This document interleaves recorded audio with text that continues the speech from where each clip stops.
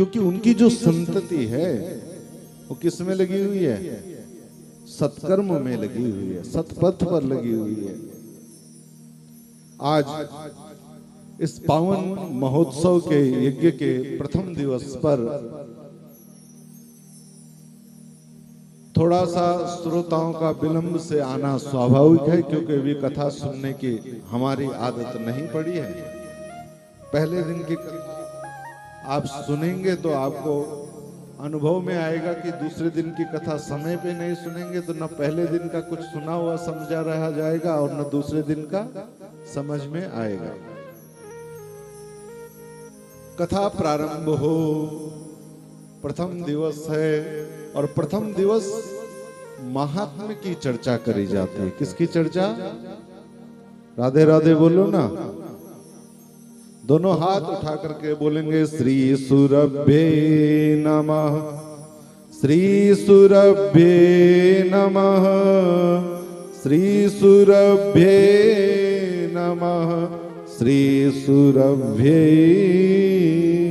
नमः।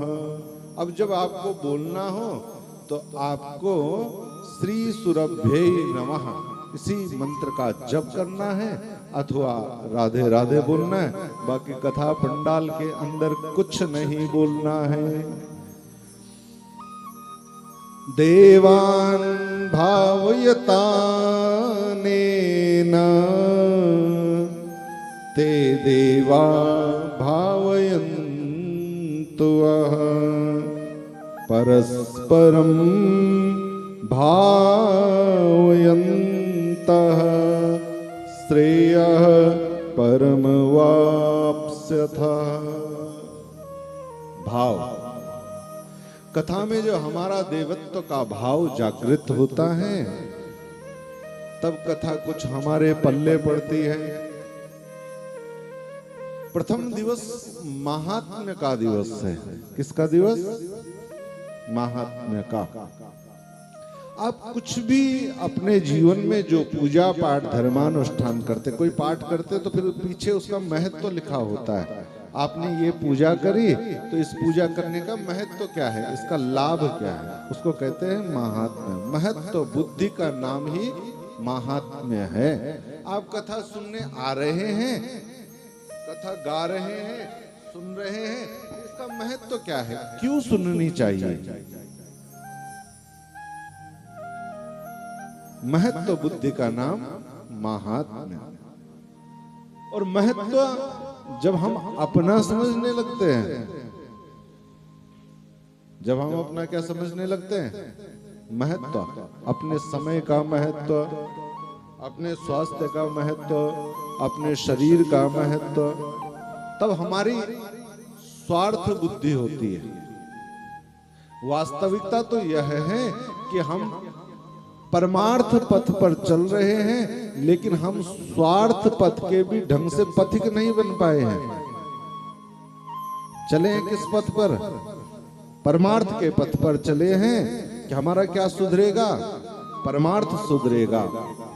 परमार्थ पथ पर चलते हुए हम 100% स्वार्थी भी नहीं बन पाए हैं। यदि स्वार्थ की भी बुद्धि हमारी 100% ठीक हो गई होती तो फिर हम अपना समय का दुरुपयोग नहीं करते। क्योंकि हमारे जीवन में मेरे भाई बहन एक केवल समय है जो जा चुका है, वो आने वाला नहीं है। धन जो आप खर्च कर चुके हो कल, वो आप कल दोबारा उपार्जित कर भी सकते हो। स्वास्थ्य जो बिगड़ चुका है वह कल नियम संयम पूर्वक रहेंगे तो कल स्वास्थ्य सुधर भी सकता है। लेकिन सुबह की बेला में हमारे जीवन में जो समय था वो अब नहीं रहा। सुबह जा चुकी है, सांझ आ चुकी है। और ऐसे सुबह से सांझ कितनी बार आ चुकी है? विचार करके देखो, हमने कितना जीवन जिया और कितनी जीवन में कितनी सुबह और कितनी सांझ आ गई। और ये सुबह सांझ प्रतिदिन आ रही, गारंटी थोड़ी है कि प्रतिदिन आएगी ही आएगी। इस संसार रंगशाला में ढंग निराले चलते देखा, जो भी सूरज उगा सवेरे उसे सांझ को ढलते देखा। यह विडंबना है कैसी, मानव मानव स्वभाव की संरचना है ऐसी। वरना जीवन के आंचल में मृत्यु को पलते किसने देखा। हमें भरोसा नहीं है ना 1 घंटे बाद का भी, तो हमें विचार करते रहना चाहिए कि जो समय हमें वर्तमान में प्राप्त है, वर्तमान में जिस जीवन को हम जी रहे हैं, क्या हम उस समय का ठीक ठीक सदुपयोग कर पा रहे हैं। जो व्यतीत हो चुका वो तो हो चुका, वो आपके हमारे सबके अनुभव में है, लेकिन जो हमारा वर्तमान है, जो वर्तमान हमारा कल भविष्य सुनिश्चित करने वाला है, क्या इस वर्तमान के समय का ठीक से सदुपयोग हो पा रहा है। हो पा रहा है। इस भारत भूमि भाग में यदि आप सभी मातृशक्ति, सभी गोसेवक बंधु इस कलिकाल में, इस परम पावन पुण्य पार्वण श्राद्ध के काल में गो भगवती की महिमा को सुनने के लिए आए हुए हैं, तो निश्चित रूप से यह समय का सदुपयोग हो रहा है।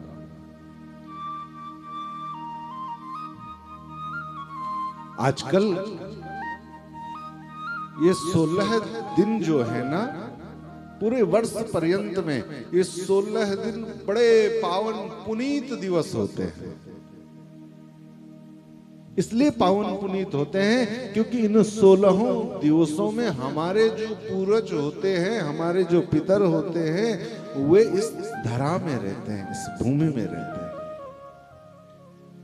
इन 16 दिवसों में आप सभी के पूर्वज अपने अपने घरों में सूक्ष्म रूप से, ये तो हमारा स्थूल देह है, इस स्थूल देह का प्राण शक्ति के निकल जाने पर इसको नष्ट कर दिया जाता है, लेकिन इसमें जो मन बुद्धि चित्त अहंकार का जो सूक्ष्म शरीर है, इस सूक्ष्म शरीर का नाश नहीं होता है।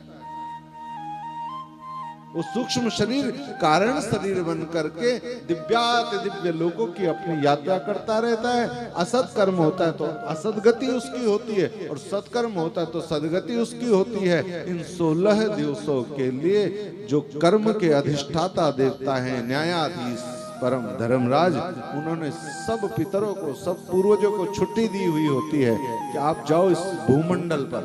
किस भूमंडल पर? इस भारत के भूमंडल पर। धन्यास्तु ते भारत भूमि भागे। भारत के ही क्यों? भारत का ही नाम क्यों लिया? भूमंडल तो अमेरिका का भी है, भूमंडल तो जापान का भी है। भाई जैसे यहां नदी बहती है, ऐसी तो नदी जापान में भी बहती होगी। विशेष क्या है? विशेषता है संपूर्ण पृथ्वी में भूमंडल है, लेकिन संपूर्ण पृथ्वी के भूमंडल में यदि कोई महिमा गाई गई है तो वह भारत के भूभाग की महिमा गाई गई है। बोलो भारत माता की जय। बोलो अमेरिका माता की। सुना कभी? जापान माता की सुना? अमेरिका की जय जयकार कहीं नहीं होती, अमेरिका वासी भी नहीं करता है। जापान का व्यक्ति भी जापान माता की जय नहीं कहता है। मां केवल भारती है, मां केवल भारत है। क्यों है भारत मां?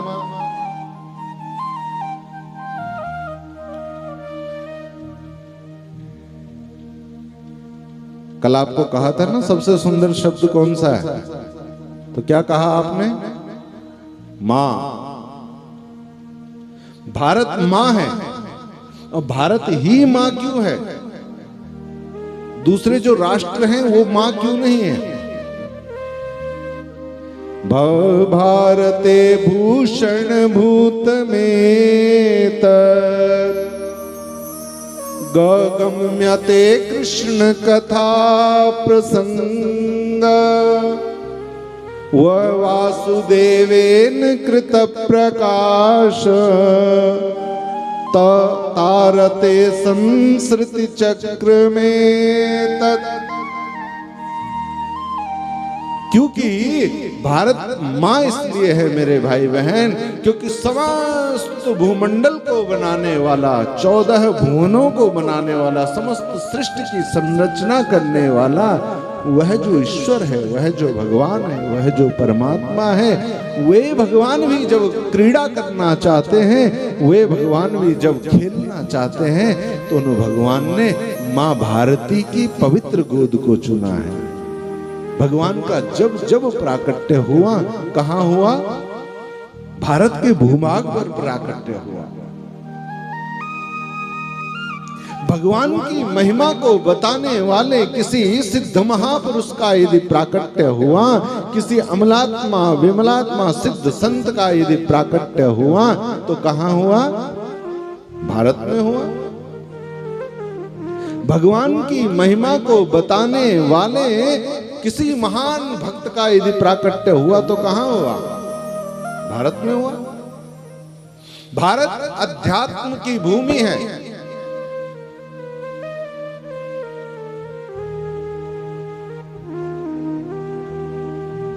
गुरुदेव भगवान कहते हैं, तस्मात् भारत सर्वात्मा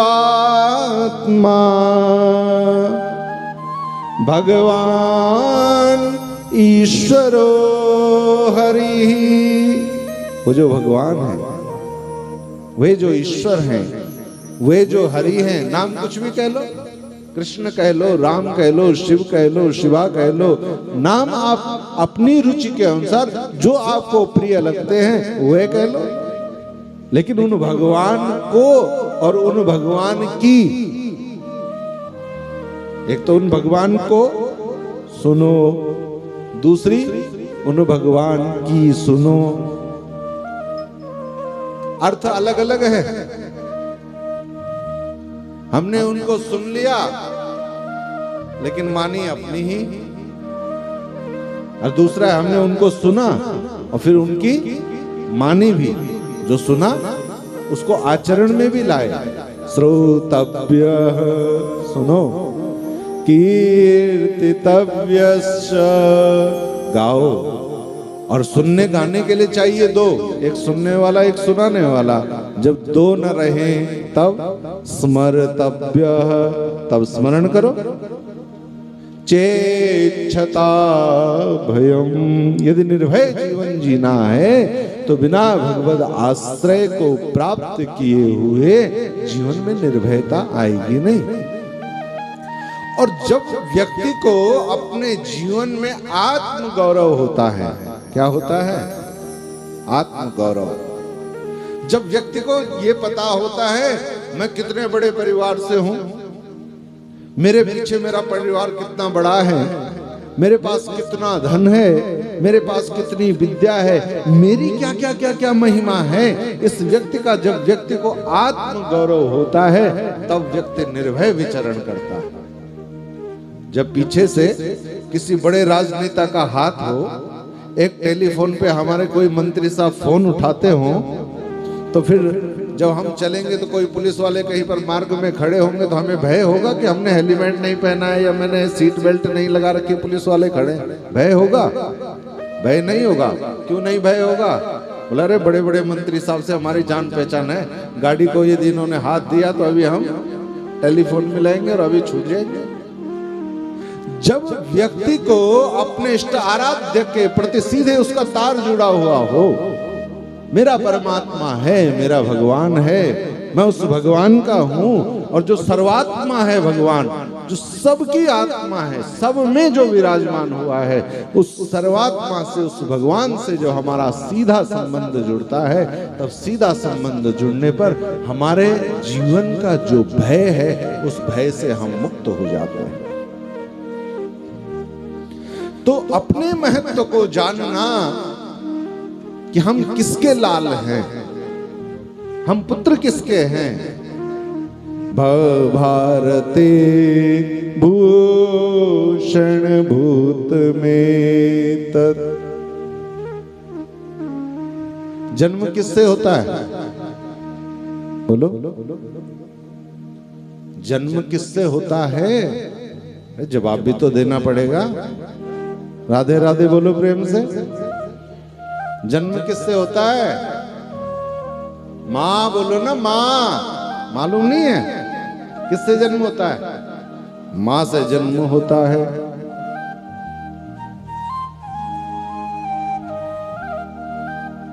किसको कहते हैं माँ? क्या क्या होना चाहिए जो उसको माँ कह दिया जाए? हम माँ की बात करोगे तो हम कहेंगे तुलसी जी हैं माँ। तुलसी कौन है? माँ तो है। बोलो तुलसी मैया की।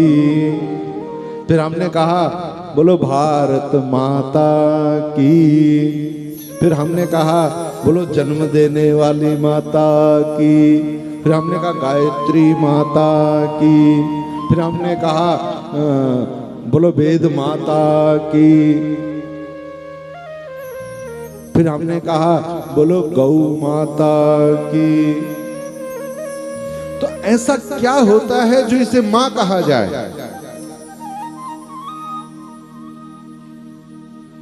पहली मां तो हमारी है जिसने हमें क्या दिया है? जन्म दिया है। जननी।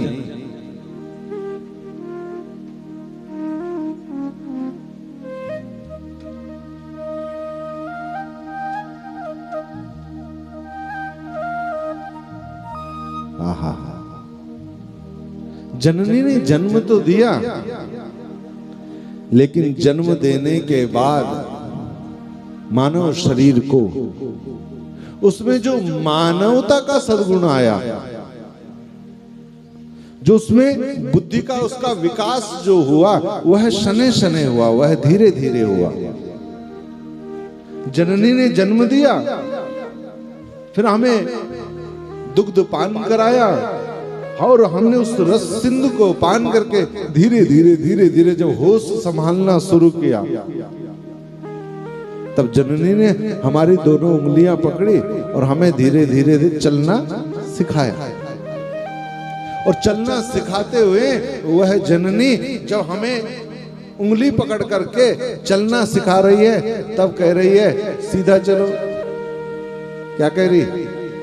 सीधा चलो, सीधा चलो, सीधा चलो। और हम जननी के मुख पे देख रहे और ठुमुक ठुमुक करके सीधा चलने लग गए हैं। और यदि हमने उस समय मुंह उठा करके कह दिया जननी को कि तुम स्वयं तो उल्टा चल रही हो, ऐसा भी तो प्रश्न हो सकता है। जो माँ कह रही है चलो सीधा चलो, सीधा चलो, सीधा चलो, और बेटा निकल गया धुंधुकारी, वो आंख उठा करके कहने लगा कि तुम खुद तो उल्टा चल रही हो और मुझे कह रही हो कि सीधा चलो, मुझे तो नहीं चलना। उसने झटक करके हाथ छोड़ दिया माँ का और कहा पहले तुम भी सीधा चलो तब मैं सीधा चलूंगा। तो जीवन में वह बच्चा चलना सीख सकता है क्या? जीवन में चलना नहीं सीख सकता है। लेकिन हम करते क्या है? हम करते यही तो है।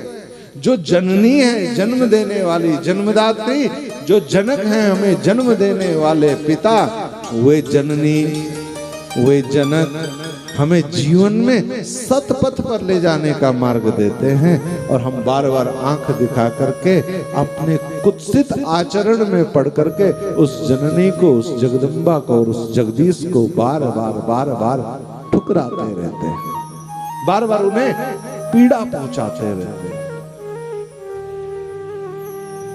तो फिर जननी की कृपा प्राप्त नहीं होती है, फिर मां की कृपा प्राप्त नहीं होती है।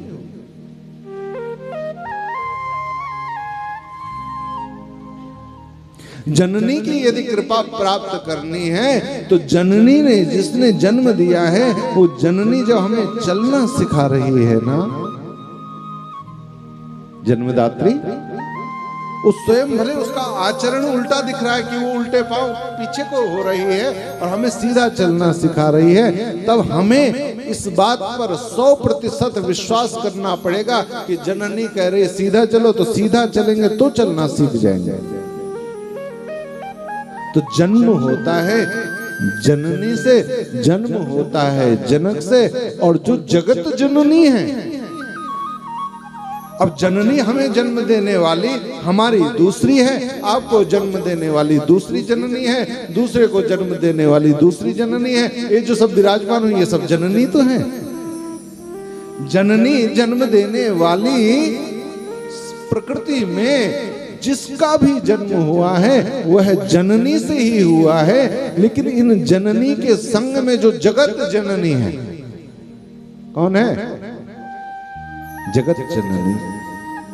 साधारण पुत्र को पुत्री को जन्म देने पर भी जो जनक होता है, जो जननी होती है, उनको चिंता रहती है कि अब बेटा होने वाला है तो चलो कुछ धन का संग्रह करके रखो। जननी सोचती है पुत्र होगा तो उसको ऐसा वस्त्र पहनाया जाएगा, उसका ऐसा नाम रखा जाएगा। जनक सोच रहा है पुत्री होगी तो उसको ऐसी जगुलिया पहनाई जाएगी, उसका ऐसा नाम रखा जाएगा। साधारण जो माता पिता होते हैं वे साधारण माता पिता भी अपनी जो भावी संतान होती है, होने वाली उस भावी संतान के पहले से कुछ चिंतित रहती है कि नहीं रहती है? रहती है ना।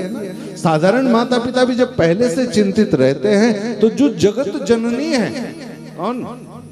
जगत को जन्म देने वाली जो जगत जननी है, जो जगत पिता है, उस जगत पिता ने, उस जगत जननी ने हमें जन्म देने से पूर्व क्या हमारे लिए चिंता नहीं करी होगी? क्या हमारी व्यवस्थाओं के लिए उन्होंने विचार नहीं किया होगा? निश्चित रूप से किया होगा। और जब निश्चित रूप से विचार किया होगा तो फिर हमें चिंता क्यों करनी?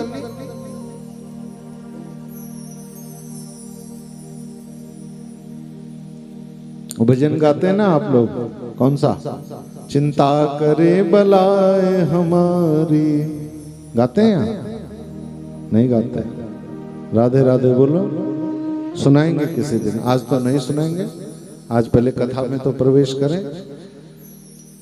जो जगत जननी है, जो जगदीश है, जगत को बनाने वाले, उन जगदीश ने, उस जगत पिता ने, उस जगत जननी ने आपके हमारे सबके लिए पूर्व में विचार किया कि यह इस प्रकृति में, इस ब्रह्मांड में यह जन्म ले रहा है, इसके लिए भौतिक सुख संसाधन जीवन जीने के लिए जो आवश्यकताएं हैं वह इसको कितना, किस मात्रा में, कब, क्या प्राप्त होना है, सब पूर्व में सुनिश्चित है। इतने तमाम जो आप वैज्ञानिकों के द्वारा आविष्कार देख रहे हैं, ये तमाम आविष्कार हुए क्यों हैं? ये तमाम आविष्कार इसलिए हुए हैं क्योंकि हमारी आवश्यकताएं धीरे धीरे धीरे धीरे बढ़ती चली गई है। और जितनी जीवन में आवश्यकताएं बढ़ती चली जाती हैं, उतने जीवन में नए नए आविष्कार होते चले जाते हैं। आवश्यकता ही आविष्कार की जननी होती है। जो भी आविष्कार आप देख रहे हैं, ये सेट बन गया, ये आविष्कार तो हुआ। ये क्यों बन गया? बोले अरे आवश्यकता है। आवश्यकता क्यों है? बोले अरे गैया मैया यहाँ पर विचरण करेगी और आप सभी गो भक्त यहाँ पर गो कथा सुनेंगे, इसलिए इतना पवित्र पंडाल बनाना पड़ेगा। आवश्यकता है तो आविष्कार हुआ है। हमारे जीवन में जो कुछ उपलब्धि हम प्राप्त कर रहे हैं, जो कुछ प्रकृति में हम देख रहे हैं, वैज्ञानिकों के द्वारा जो जो निर्माण कार्य किया जा रहा है, नई नई चीजें जो बन रही हैं, वह इसलिए हो रही क्योंकि हमारी आवश्यकताएं बढ़ती जा रही। तो इस समय, इस कलिकाल में क्या आवश्यकता पड़ रही है? जो कि गो कथा सुनना पड़ रहा है। भारते भूषण भूत में, भारत का जो आभूषण है, भारत मतलब भूखंड नहीं। भारत का अर्थ होता है भारत में रहने वाला हर भारतीय, वो वृद्ध हो, युवा हो, नर हो, नारी हो, कोई हो, जो भारत में रहता है वह भारतीय, उस सब भारतीय का जो आभूषण है, बहुमूल्य रत्न जो है, कौन सा है मालूम है? यदि भारतीय जननी है, भारत यदि माँ है, यदि ये माँ जननी है तो फिर पिता भी तो है जगदीश। समुद्रवसने देवी पर्वतस्तन मंडिते विष्णुपत्नी नमस्तुभ्यं पादस्पर्शम क्षमस्व मे। किसकी पत्नी है? विष्णु पत्नी। तो जो सौभाग्यवती नारी होती है, उस सौभाग्यवती नारी का जो बहुमूल्य आभूषण होता है, उसको रोज पहन करके बाजार में घूमने निकल जाती है क्या? उसको बहुत गोपनीय तरीके से घर पर रखे रहती है। घर के सभी सदस्यों को भी मालूम नहीं होता कि हमारा घर के जननी का, सौभाग्यवती नारी का जो कीमती आभूषण है वो कहाँ रखा हुआ है, सभी को भी नहीं मालूम होता, बहुत छुपा करके रखा हुआ होता है। तो ये जो जननी है भारती, इस भारती का जो बहुमूल्य आभूषण है, वह बहुमूल्य आभूषण कौन सा है? वह बहुमूल्य आभूषण है प्रेम, वह बहुमूल्य आभूषण है भक्ति, वह बहुमूल्य आभूषण है मेरे भाई बहन श्रद्धा। श्रद्धा से युक्त, भक्ति से युक्त मां भारती का जो आभूषण दिव्य था, उसमें हमने जिसको अत्यंत गुह्य रखना था, गोपनीय रखना था, उसमें दर्शन छुपा हुआ था, उसमें फिलॉसफी छुपी हुई थी, उसको हमने गुह्य गोपनीय रख करके नहीं, अपने प्रेम को छुपा करके नहीं, उसमें दर्शन जो था उस दर्शन को हमने प्रदर्शन कर दिया। क्या कर दिया? उसका प्रदर्शन कर दिया। और भक्ति में जब प्रदर्शन होता है, धर्म में जब प्रदर्शन होता है, ज्ञान में जब प्रदर्शन होता है, वैराग्य में जब प्रदर्शन होता है, भगवत प्रेम में जब प्रदर्शन होता है, तो फिर हमारी वृत्तियां उच्छृंखल होने लगती हैं।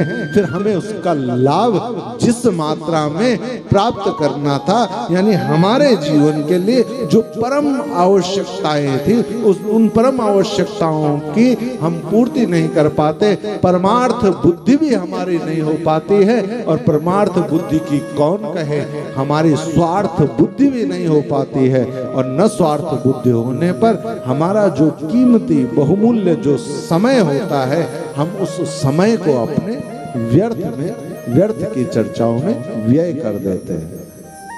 और जो समय जाता है वह आता नहीं। गलत खान पान में हम अपने स्वास्थ्य को व्यर्थ में व्यय कर देते हैं। जो स्वास्थ्य गिर जाता है वो फिर संभलना उसका जल्दी से मुश्किल हो जाता है। मां भारती का आभूषण है भक्ति, मां भारती का आभूषण है प्रेम। और जिस भक्ति और जिस प्रेम के सूत्र पर बंद करके मेरे भगवान बार बार इस धराधाम पर अवतरित होते हैं, इस भूमंडल पर अवतरित होते हैं, और बार बार इस धराधाम पर अवतरित होकर के इस भूमंडल पर आकर के मानव को क्या करना चाहिए, मानव को कैसे जीवन जीना चाहिए, इस बात का हमें ज्ञान देते हैं, इस बात का हमें उपदेश देते हैं। भारते भूषण भूत में तत्। भक्ति जब जीवन में होती है, प्रेम जब जीवन में होता है मेरे भाई बहन,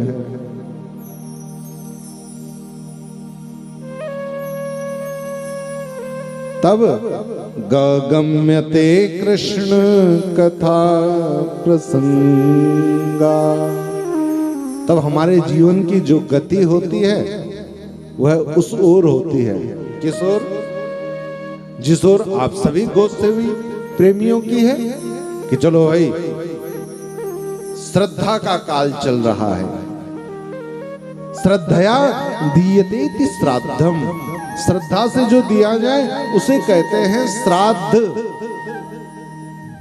श्राद्ध की विधियां बहुत है।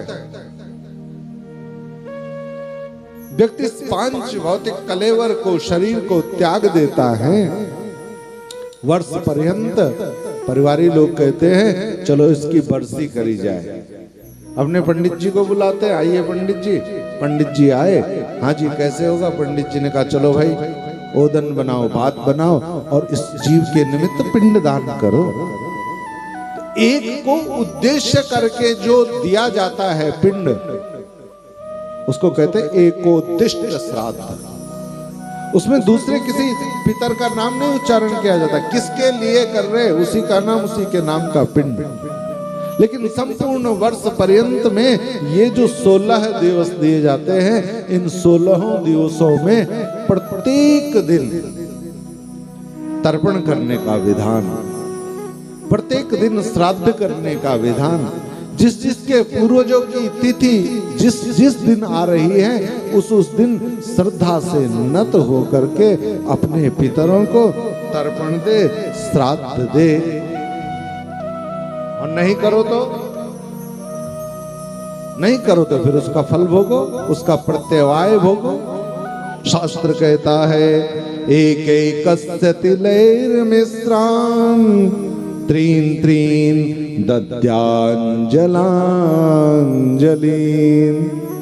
थोड़े से जल में थोड़े से तिल मिला करके अपने पूर्वजों को, ये जो पार्वण श्राद्ध है उसकी विधि है। तिथि किसी की भी हो तो जब हम तर्पण करें तो सबसे पहले अपने पिता को तर्पण दे। यदि पिता नहीं है तो अस्मत् गोत्र अस्मत् पितुः, अपने गोत्र का नाम उच्चारण करेंगे, हमारे पिता उनका नाम उच्चारण करें। तृप्यताम तृप्यताम तृप्यताम, फिर दादा को, फिर उनके पिता परदादा को। मां नहीं है तो पहले अमुक गोत्रोत्पन्ना गायत्री स्वरूपिणी अमुकी देवी सतिलम गंगोदकम तस्से सुधा तस्से सुधा तस्से सुधा। फिर दादी को, फिर परदादी को, नाना नानी को, वृद्ध परनाना परनानी को, और उनके और बूढ़े वृद्ध परनाना परनानी को। ये इतनों को तो देना ही है। इसके बाद गुरु को, ससुर को,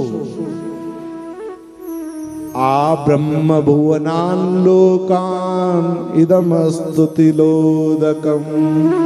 14 भुवनों में, इस भूखंड से लेकर के अतल वितल सुतल तलातल महातल और रसातल और पाताल तक, भू भुव स्वह मह जना तब सत्य लोक तक, इन 14 भुवनों में जितने जीवात्मा हैं उन सभी जीवात्माओं के प्रति कभी न कभी का कोई न कोई हमारा संबंध जुड़ा हुआ होता है। आ ब्रह्म भुवनान् लोकान् इदमस्तु तिलोदकम्। ये जो मैंने तिल उदक जल लिया हुआ है 14 भुवनों में, कहीं भी कोई भी जीव होगा, मातृवंशे मृता ये च पितृवंशे मृताश्च ये। मातृवंश में कोई मृत्यु को प्राप्त हो गया, पितृवंश में कोई मृत्यु को प्राप्त हो गया, उन सबके निमित्त में यह तिलोदक दान कर रहा हूं। करना ही चाहिए। एक है देव कार्य और एक है पितृ कार्य। देव कार्य करना चाहिए, अनिवार्य रूप से करना चाहिए, लेकिन नहीं करने का नुकसान नहीं है। आप मंदिर रोज जाते हैं, बहुत अच्छी बात है, लेकिन किसी दिन नहीं जा पाते हैं तो कोई बात नहीं। लेकिन पितरों का जो श्राद्ध है वो पितरों का श्राद्ध करना ही है। नहीं कर पाते तो फिर इसका भयंकर नुकसान है। इसकी जीवन में बहुत बड़ी क्षति हम प्राप्त करते हैं। जाता कुछ नहीं है, केवल तिल और जल ही तो हमने उनको देना है। क्योंकि तिलांजलि जब देते हैं ना, तो यावत् जीव कृतम पापम तत्क्षणादेव नश्यति। उस जीव ने भी यदि कोई असत कर्म किया हुआ है, और करने वाले के द्वारा भी कोई ना कोई ज्ञाता ज्ञात पाप कर्म बनता रहता है, इस सब से यदि मुक्त होना है तो तर्पण देना चाहिए। और इन परम पावन दिवसों में यदि कोई अपने पूर्वजों को, अपने पितरों को तिलांजलि नहीं दान कर पाता तो शास्त्र कहता है अतः पितः शरीराद् रुधिरम पिबन्ति, फिर उसके पितर आकर के रुधिर का पान करते हैं, रक्त का पान करते हैं। यदि तिलांजलि हमने नहीं दी तो धीरे धीरे धीरे धीरे शरीर का जो रक्त होता है उसी को पूर्वज पान करने लगते हैं। और कथा के माध्यम से आपको अग्रमी 4 दिवसों में और सुनाने का प्रयास करेंगे। कैसे जरत्कारु महात्मा ने देख लिया था अपने हजारों पीढ़ियों को उल्टा लटके हुए, जिन्होंने केवल और केवल तपश्चर्या करने के लिए, जाने के लिए गो का त्याग कर दिया था कि मैं पूत महात्मा हूं, मैं तो तपश्चर्या करूंगा, और गो को त्याग करके जैसे ही निकले और जब देखे हजारों हजारों पीढ़ियां मेरी उल्टी लटकी हुई हैं, तो उन्होंने भी जाके ना पुत्र जाकर के गो सेवा करो। अब गो सेवा करनी है तो कैसे गो सेवा करो, तो फिर बोले इसके लिए गृहस्थ में जाओ। फिर जरत्कारु नाम की ही देवी के साथ उन्होंने कई कई दिव्याति दिव्य लोकों में भ्रमण करके जब पत्नी न प्राप्त हुई तब जरत्कारु नाम की कन्या ही पाताल में प्राप्त हुई, उसी से विवाह करके गो सेवा करके कैसे अधोगति को प्राप्त हो रहे आपके उन हजारों पीढ़ियों को ऊर्ध्वगति की ओर भेजा। किधर भेजा? ऊर्ध्वगति। गति कहते हैं चलने को, गति कहते हैं गमन करने को। गति हमारी निरंतर हो रही है। सत्कर्म हो रहे तो सदगति हो रही है, असत्कर्म हो रहे तो असदगति हो रही है। चल तो हम रहे ही हैं ना, शने शने शने शने एक एक श्वास हमारी व्यय हो रही, तो जीवन की गाड़ी तो चल ही रही है। राधे राधे बोलो प्रेम से। आप कहो हम तो बैठे हुए, हम कहाँ चल रहे हैं जी? अरे चल रहे हैं भाई, जीवन चल रहा है, हृदय धड़क रहा है ना, हमारी जो नाड़ियां हैं वह संकेत दे रही है ना, जीवन चल रहा है, उसकी गति निरंतर हो रही है। आप ऐसा ना समझो कि हम बैठे हुए तो चल का रहे हैं, जीवन चल रहा है, श्वास चल रही है, गति निरंतर हो रही है। ये गति यदि धर्मानुकूल है, ये गति यदि शास्त्रानुकूल है तो सत गति हो रही है, सत चर्चा हो रही है, हरि चर्चा हो रही है, सत्संग हो रहा है तो सदगति हो रही है। और यदि ये हरि चर्चा नहीं हो रही है, कृष्ण चर्चा नहीं हो रही, गैया मैया की चर्चा नहीं हो रही, राम कृष्ण के नाम की महिमा नहीं गाई जा रही है, तो फिर सांसारिक कोई वार्ता गाई जा रही है। इन कर्णपुटुओं में तो कोई ना कोई शब्द प्रवेश करेगा निरंतर। ये हमारे कानों का स्वभाव है, ये केवल ग्रहण करते हैं। क्या करते हैं? ग्रहण। इन्हें देना थोड़ा ही आता है, कानों को देना नहीं आता है, कानों को केवल लेना आता है, शब्द को लेना। अब यदि इसमें कृष्ण का नाम नहीं आ रहा है, यदि इसमें राम का नाम नहीं आ रहा है, शिव का नाम नहीं आ रहा है, यदि सुरभि मैया का नाम नहीं आ रहा है, कामधेनु मैया की यदि इसमें महिमा नहीं आ रही है, तो कुछ न कुछ तो आएगा। फिर सांसारिक कोई वार्ता आएगी, और सांसारिक जो वार्ता आएगी, सांसारिक जो बातें आएंगी, वह बंधन में फंसाएंगी। और हरि चर्चा की कोई जो बात आएगी वह मुक्ति की ओर भेजेगी, वह ऊर्ध्व गति करेगी, वह सदगति करेगी। गम्यते कृष्ण कथा प्रसंग। गति होगी तो गति होने के लिए प्रकाश चाहिए। क्या चाहिए? प्रकाश। वासुदेवेन कृत प्रकाश। बिना प्रकाश के गति होती नहीं है। अंधकार हो घना तो घने अंधकार में तो अपना भी हाथ हमें नहीं दिखाई देता है, कोई नजदीक रखी हुई कोई वस्तु हमें नहीं दिखाई देती है। उसके लिए पहले प्रकाश चाहिए। प्रकाश के लिए ज्योति चाहिए। क्या चाहिए? ज्योति। ज्योति को प्रज्वलित कर दिया है तो ज्योति की जो प्रकाश देने की सीमा है वह एक दायरे तक प्रकाश दे सकता है। बस उसकी एक सीमा है। आपने एक ज्योति जलाई है तो वह ज्योति एक भवन के एक प्रकोष्ठ तक, एक कमरे तक रोशनी दे सकती है। अब ज्योति का समय कम गया। पहले तो ज्योति से ही प्रकाश आता था, अब तो सब घरों में बढ़िया बढ़िया लाइट लग गई। बोले रोशनी कम है, ऐसा करो बल्ब भी लगा दो एक मंदिर में। ज्योति तो जल रही है लेकिन वहां हमने क्या लगा दिया? एक बल्ब भी लगा दिया। ज्यादा रोशनी के लिए अलग अलग बल्ब भी लगा दिए। सजावट के लिए हमने कई कई प्रकार से ज्योति लगा दी। तो फिर बोले इससे अधिक प्रकाश हो गया है, थोड़ा सा ज्यादा प्रकाश चाहिए तो विद्युत का प्रकाश ज्यादा होगा, इधर हाइड्रोजन लगा दो भाई, थोड़ा सा प्रकाश ज्यादा होगा। अभी इस प्रकाश की आवश्यकता नहीं है क्योंकि इससे जो अधिक प्रकाश है वह प्रकाश है तारे सियारों में। यहां से हजारों हजारों किलोमीटर दूर है वह, और इतनी दूरी से टिम टिम टिम टिम चमकते हुए दिखाई दे रहे। कितना प्रकाश है उनमें। चंद्रमा की चंद्रिका में कितना प्रकाश है, इतनी दूर से भी वह अपनी रोशनी यहां तक भेज रहा है। और इन सब में मेरे भाई बहन सर्वाधिक यदि कहीं प्रकाश है तो भगवान सूर्य नारायण में प्रकाश है। कहां है? भगवान सूर्य नारायण में प्रकाश। भगवान सूर्य नारायण के प्रकाश से ही सब प्रकाशित हो रहे हैं। ओ भगवान सूर्य नारायण की 3 किरण है।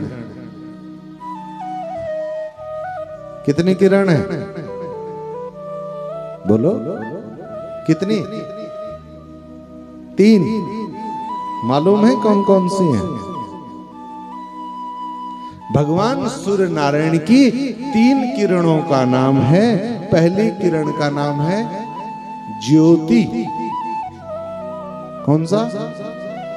ज्योति। दूसरी किरण का नाम है आयु, और तीसरी जो किरण है उसका नाम है गो। उसका क्या नाम है? गो। बोलो क्या नाम है? गो। एक गैया मैया का नाम गो क्यों है?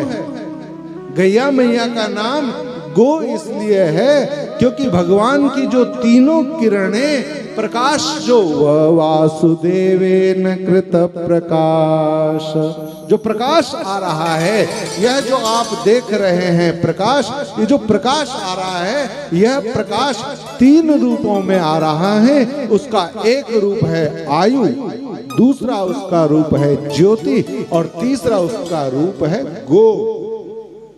और ये गो रूपी जो प्रकाश होता है, गो रूपी जो किरण होती है भगवान सूर्य नारायण की, वह सर्वाधिक यदि प्रवेश कहीं करती है तो गैया मैया की इस मध्य नाड़ी से होकर के पृष्ठभूमि तक, पूंछ तक निकलती है। एक नाड़ी का नाम है सूर्य केतु। गैया मैया की नाड़ी का नाम क्या है? सूर्य केतु। ये सूर्य केतु नाड़ी मां भगवती गैया की जो है, यह उस किरण को, गो किरण को सर्वाधिक अपनी ओर आकर्षित करती है, इसलिए इसका नाम है गो। वेद भगवान कहते हैं कि यह जो पवित्र गो है, इस पवित्र गो का यदि आपने स्पर्श कर लिया, पीठ पर ऐसे हाथ फेर लिया, और बस आपके हाथों के ही फेरने से वो गो नामक जो ऊर्जा है, उस गो नामक ऊर्जा की प्राप्ति होने लगती है। बिना गो की ऊर्जा प्राप्त किए हुए जीवन में सात्विक श्रद्धा का निर्माण नहीं होता है, सात्विकता नहीं आती। मेरे भाई बहन,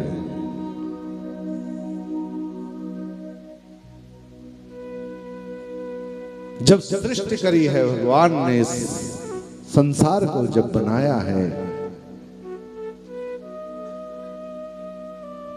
विश्व सर्ग विसर्गादि नव लक्षण लक्षितम, इस विश्व को जब बनाया, इस ब्रह्मांड को जब बनाया, जहां सर्ग विसर्ग स्थान पोषण ऊती इत्यादि, इसका होना, इसका रहना और इसका लय हो जाना, इसकी जब परमात्मा ने रचना करी तो इसको नाम क्या दिया?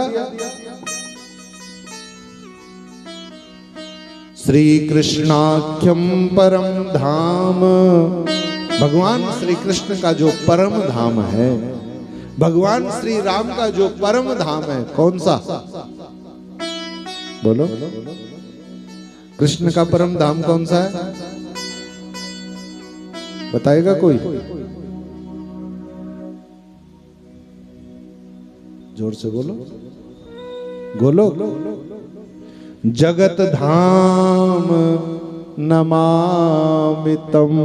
जगत कौन सा? जगत में उतर के आए हैं ना भगवान। दो धाम बनाए हैं। एक धाम बनाए ये पृथ्वी।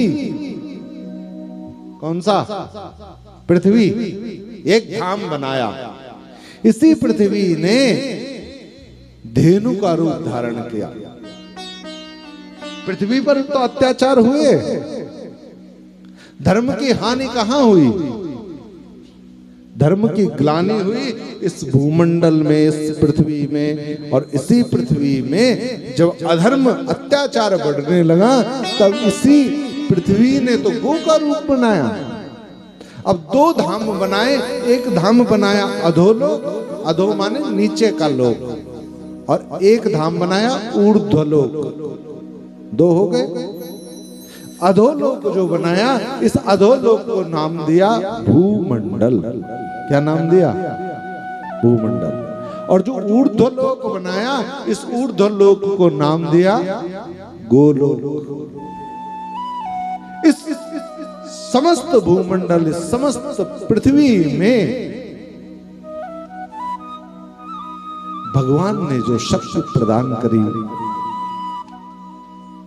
उसका जो जंगम रूप है, उसका जो चेतन रूप है, वह अधिष्ठात्री मां भगवती सुरभि में विद्यमान करके उस सुरभि मैया को गोलोक की अधिष्ठात्री बनाया। गोलोक के अधिष्ठात्री कौन?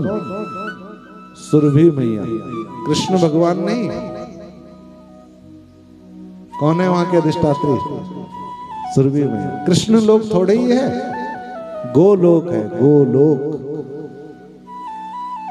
किशोरी राधा रानी वहां के अधिष्ठात्री नहीं, अधिष्ठात्री है वहां की मां सुरभि, गैया मैया अधिष्ठात्री है।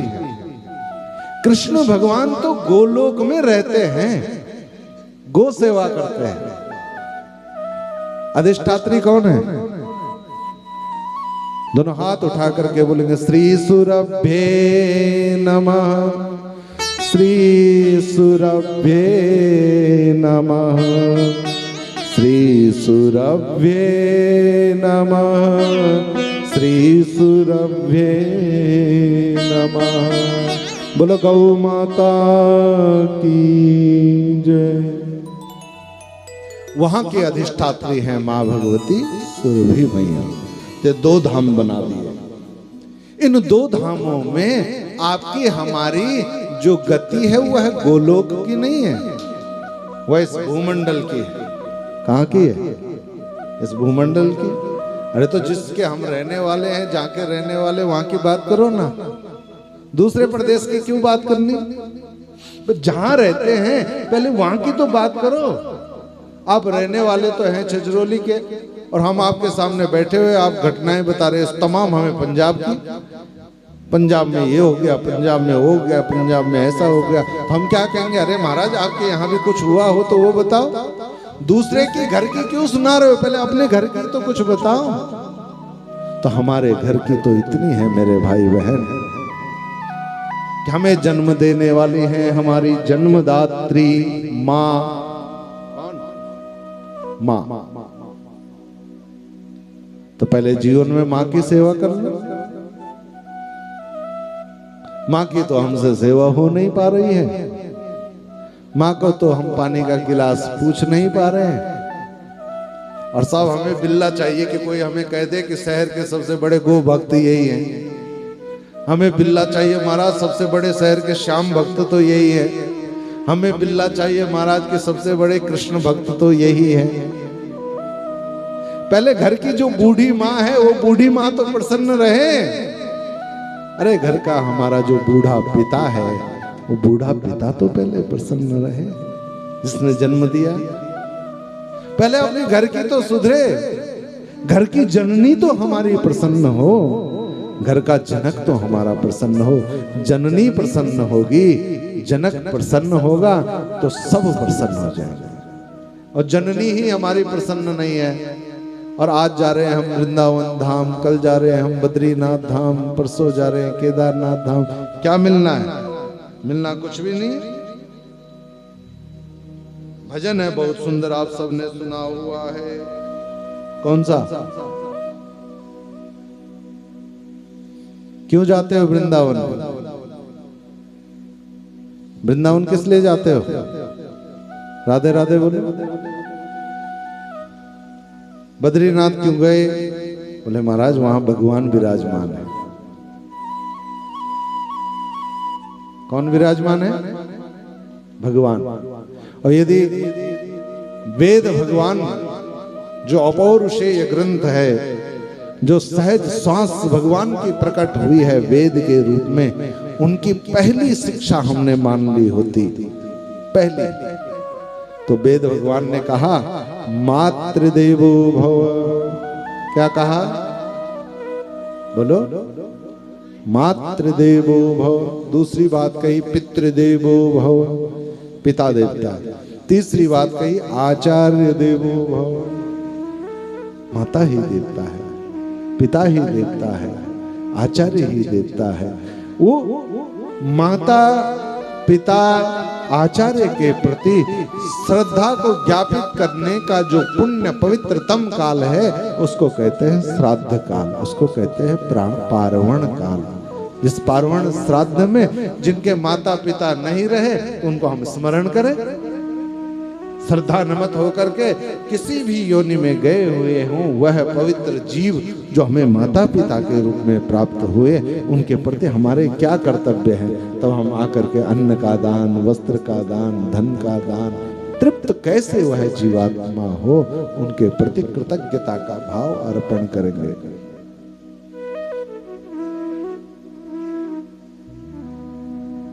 जीवन में भटकाव हो जाएगा यदि हमने माँ में भगवान के दर्शन नहीं किए, पिता में भगवान के दर्शन नहीं किए। और जीवन में गति तो होनी चाहिए, भटकन नहीं होनी चाहिए। चलना तो होना चाहिए, लेकिन उस गति में भटकाव नहीं होना चाहिए। आप सड़क में चल रहे हैं, गाड़ी चला रहे हैं, एक गाड़ी आपके आगे से चल रही है, आप उसके पीछे आराम से निर्भीक होकर चल रहे हैं। कोई ब्रेकर आएगा, आपको पता है गाड़ी वाले की लाइट जली जानी, जैसे इसकी लाइट जलेगी तो मैं भी अपनी गाड़ी पर ब्रेक मार लूंगा। कहीं खड्डा होगा तो आगे वाला ब्रेक तो मारेगा ही, ये ब्रेक मारेगा तो मैं भी ब्रेक मार लूंगा। लेकिन जो आपके आगे गाड़ी चल रही है उसका पता ही नहीं उसने कौन सा मद पिया हुआ है, वो कभी गाड़ी इधर ले जा रहा है, कभी गाड़ी इधर ले जा रहा है, उसका कुछ पता ही नहीं, कब तेज भग रहा है, कब रुक जा रहा है। तो पता लगता है कि उसकी गति से जो है हम भी नुकसान खा सकते हैं, हमें भी कोई ना कोई क्षति पहुंच सकती है।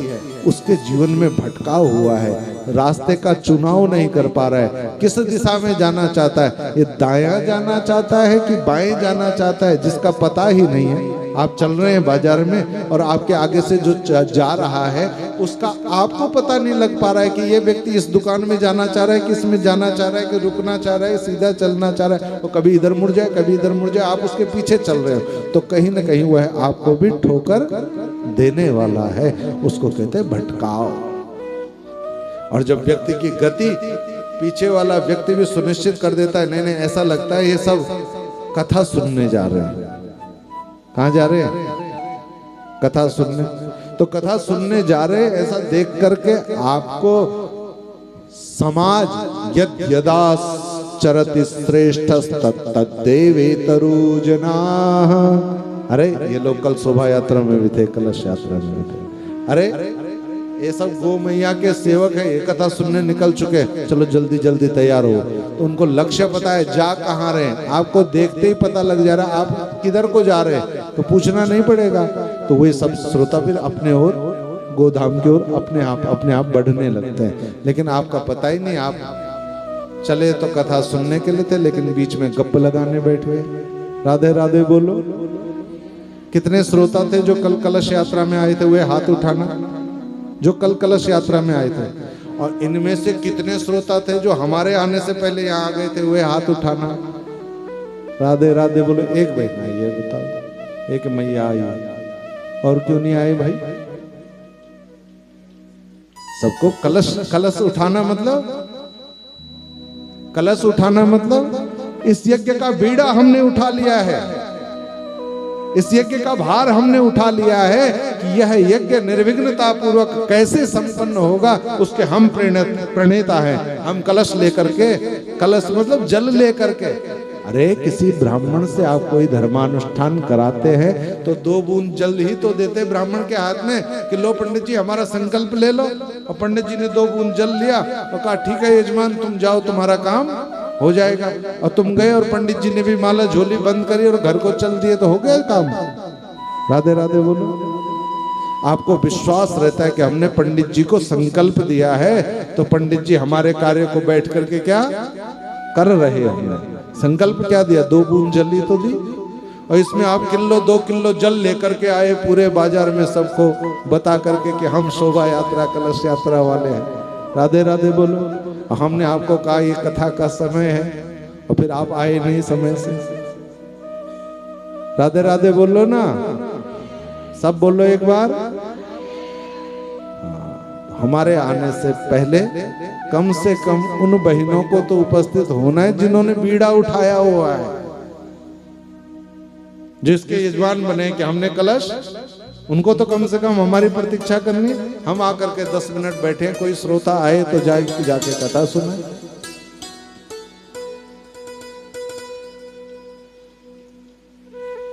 जननी के प्रति श्रद्धा, जनक के प्रति श्रद्धा। मंदिर में ना मिलेंगे, गुरुद्वारे ना मिलेंगे, घर में ही बैठे हैं तेरे भगवान। कर ले माँ को प्रणाम, अपने पिता को प्रणाम। कर ले माँ को प्रणाम, अपने पिता को प्रणाम। कर ले माँ को प्रणाम, अपने पिता को प्रणाम। प्रणाम अपने पिता को प्रणाम। कर ले माँ को प्रणाम, अपने पिता को प्रणाम। कर ले माँ को प्रणाम अपने पिता को प्रणाम।